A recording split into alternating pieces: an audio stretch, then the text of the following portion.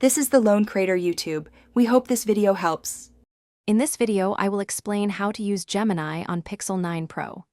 Gemini is your personal artificial intelligence assistant, deeply integrated into your Pixel device.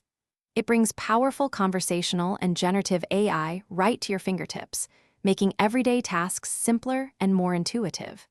You can access Gemini in several ways, often directly from your home screen or within various applications, ready to assist you with a wide range of queries and creative endeavors. Let's dive into how to get started. Accessing Gemini on your Pixel is straightforward. You can often launch it with a simple swipe gesture from a corner of your screen or by tapping a dedicated Gemini icon.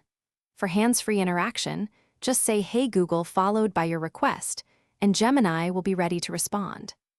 Additionally, you'll find Gemini integrated within the main Google application, providing another convenient entry point for all its powerful features. It's designed for seamless interaction. Gemini offers a robust set of features to enhance your daily life. You can ask it complex questions, receive concise summaries of information, or even brainstorm new ideas for projects.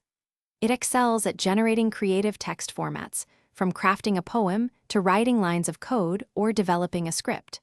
Furthermore, Gemini can control your smart home devices and set helpful reminders, all through simple voice commands. It's a versatile tool for productivity and creativity. To get the most out of Gemini, remember a few key tips. Always try to be as specific as possible with your prompts. This helps Gemini understand your intent and deliver more accurate results.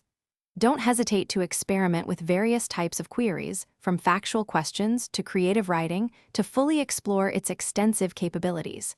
When having a conversation, provide context in your follow-up questions. Lastly, leverage its deep integration with other Google services for maximum efficiency in your daily tasks. Thanks for watching. Consider subscribing if we helped you.